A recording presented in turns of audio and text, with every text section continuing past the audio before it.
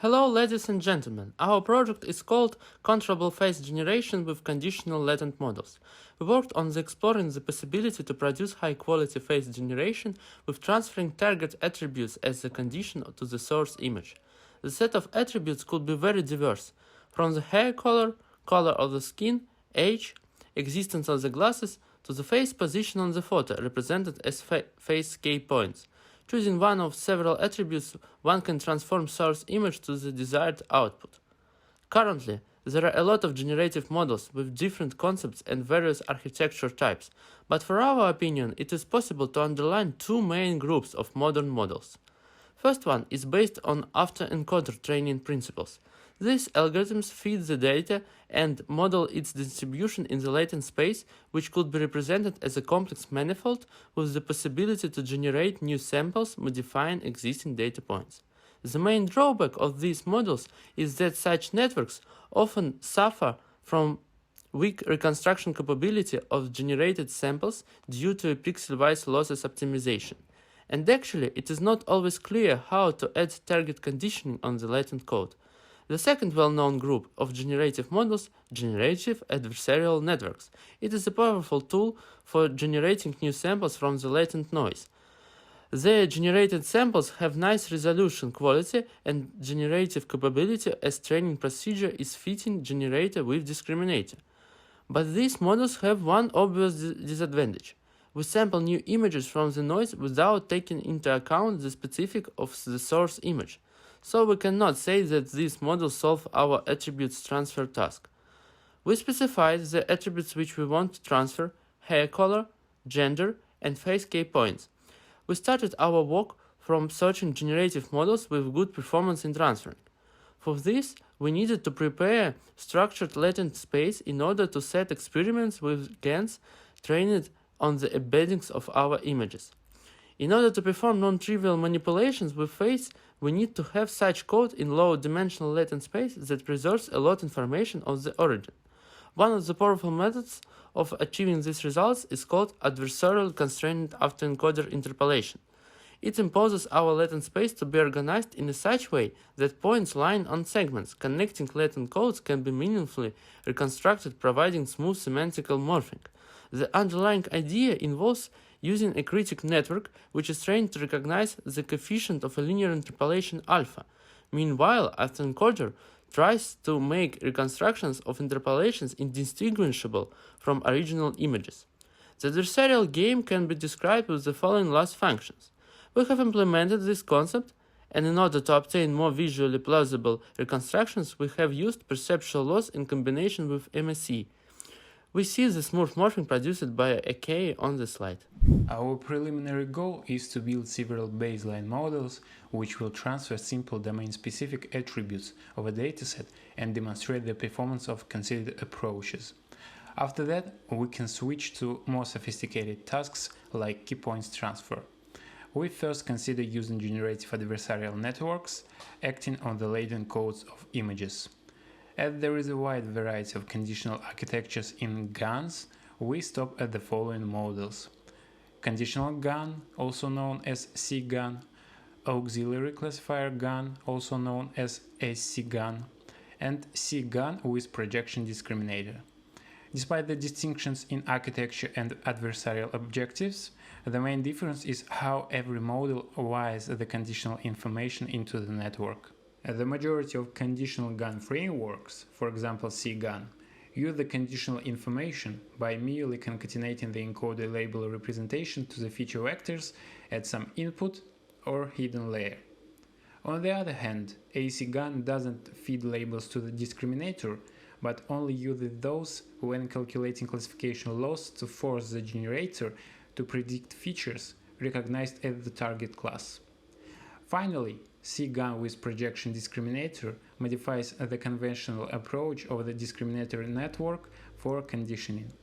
The key idea is to replace that concatenation in a projection-based way.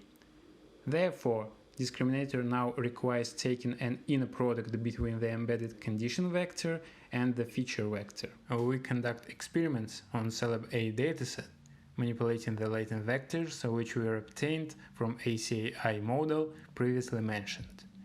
More specifically, we strive to change the hairstyle and gender of a person, and we show the results concerning the implemented architecture on the next slides. Old but gold C-gun performs at the condition tasks reasonably well.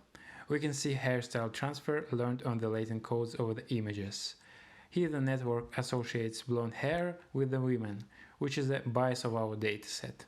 In the next picture, we can see gender transfer. We apply dropout because without it, the generator sticks to conditioning and doesn't use latent codes to preserve the identity. We gain the best result with the dropout set to 0.4. It outputs satisfying poses and generates realistic mapping, though it failed with the black person.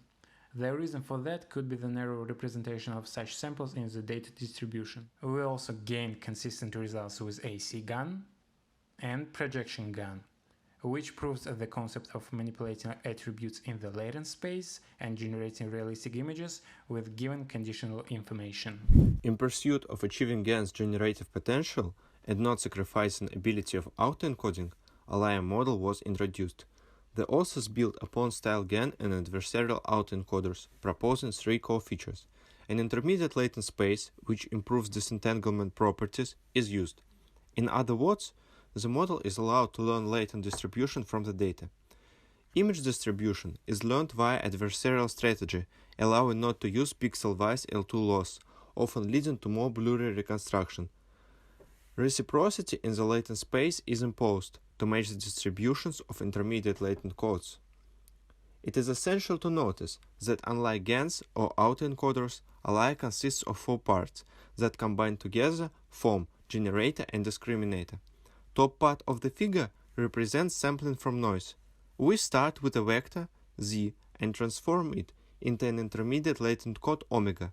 It will be an input to the generator, which is identical to one proposed in style GAN, meaning that omega is treated as scaling and shifting factor for adaptive instance normalization inside the generator. The obtained image is processed with an encoder, trying to obtain the same latent code omega back. Using the restored latent code, discriminator tries to guess if the image came from the data distribution or was generated. However, for real images, we just apply last two steps, mapping them to the latent space and classify whether they are real or not. Training of a layer can be conceptually split into two parts. The first one corresponds to min-max game, including zero-centered gradient penalty. It results in producing high-quality samples indistinguishable from real ones. Reciprocity loss matches latent codes produced by mapping network and encoder, though only encoder and generated are updated. It helps to achieve the effect of shared latent space for encoded real images and samples mapped from noise. In context of our work, this model is valuable because it allows to learn disentangled representations. Namely, perceptual path length shows that connection between latent space and generated samples in a layer is organized in a more linear way than in style GAN. It is calculated as expected distance in feature space of pre-trained VGG network between neighboring points on a segment, connecting latent codes. The effect of mapping network on the space Z can be schematically seen in the figure above. Overall, our team decided to implement key points conditional solution. Specifically, the task is the following. Once we are given target image key points, we want to transfer them to the source one in order to get the source picture in a new pose. Actually, this project is inspired by Neural Talking Heads paper. Authors presented the first few short learning algorithm for generating realistic facial movements. As you may notice, the overall architecture is quite complicated. Involves meta learning procedure, source identity embedder, and specific type of generator, which takes landmarks and adaptive instance normalization parameters as inputs. So, the key field of current work investigation is whether we can manipulate face pose in the latent space of some pre-trained generative model directly. We decided to build our solution on the base of Syllabay pre-trained layer, as it has the features of both representation learning and good restoration quality. Further, we added a key points conditional fully connected mapping network that predicts a new latent code that satisfies given landmarks as much as possible. The whole architecture is trained in a typical adversarial way with a critic network, which penalizes our conditional latent space network for bad mapping. Also, for better map training, we added cycle consistency loss from CycleGAN. However, there was a critical problem we needed to solve connected with the huge identity gap between real images and restored ones using a layer. In order to overcome this issue, we tried two methods: non-parametric fine-tuning of in-advance fixed latent codes and parametric generated fine-tuning using perceptual VGG loss minimization on unseen images of speaker. In terms of a layer, the best results gave us the second parametric approach. So, the results are presented on the slide. Our mapping network has successfully learned how to rotate speaker's head directly in the latent space and is able to slightly transfer target's mimic by mouth and eyes manipulations, although the quality is far from ideal and photorealistic. Finally, on this slide you can see more clearly how our solution performs on the sequence of frames. The resulting frames transitions are stable and match head movements of target. During our experiments, we carefully tracked the problems that set the vector for further possible improvements.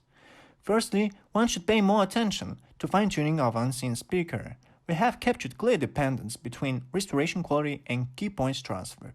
Secondly, one can think about better landmarks labeling, because ours sometimes fail dramatically. Furthermore, probably it is a good idea to switch the backbone model instead of a layer, which has less problems with identity gap, or try to teach a layer from scratch on more post-diverse dataset instead of Syllab-A. Summing up, we studied the question of conditional generation. Firstly, we implemented several state-of-the-art approaches like Akai and the layer. On the top of their latent codes, we implemented conditional GAN-based techniques for face attributes manipulation. Finally, we implemented facial key point solution and tried to solve talking heads task.